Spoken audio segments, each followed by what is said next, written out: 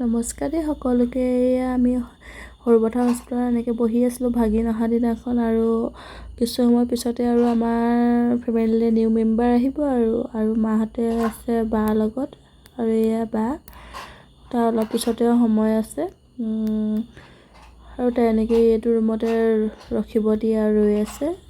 মই অলপ মাহঁতক অলপ ভাত খাব দিওঁ বুলি গ'লোঁ, ইয়াত থাকিলে মাইনী, আৰু তাকে আৰু অলপ ভিডিঅ' কৰি থ'লোঁ মেমৰি হিচাপে।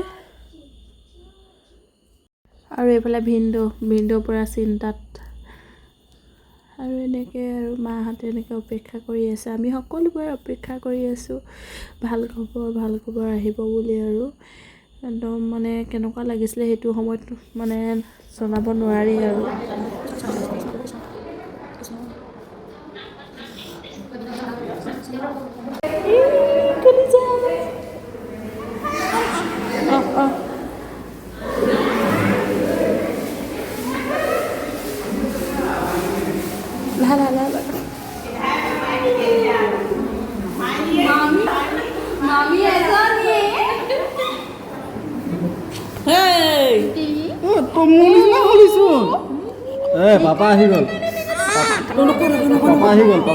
পাপা আহি গ'ল। বিবি হয় বিবি। হাই কৈ দিয়া।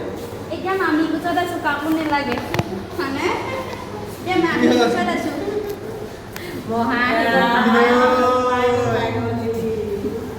ইমান মানুহ আছে দেখো দিয়া। দাদা ৰৈ আছে আকৌ। ভিডিঅ' কল কৰাচোন বেটালে। গম পাইছা নাই?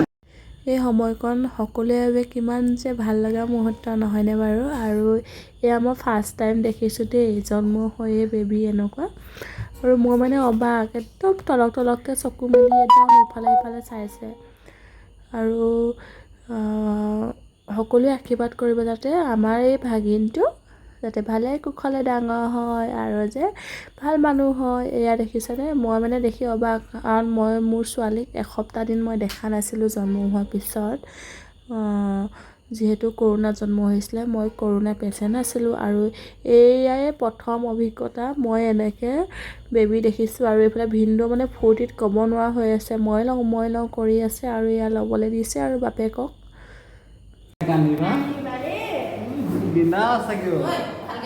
পাপা বুলি ক'লে পাপা দেই।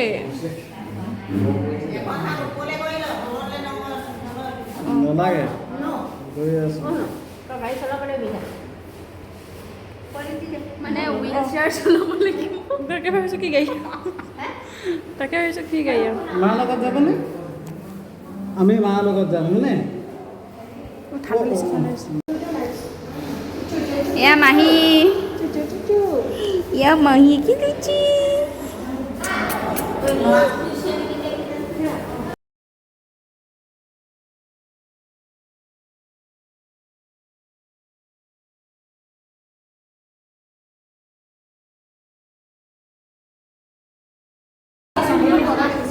এতিয়া দি দিওঁ দেখাই দিয়া চাওঁ কৈছে।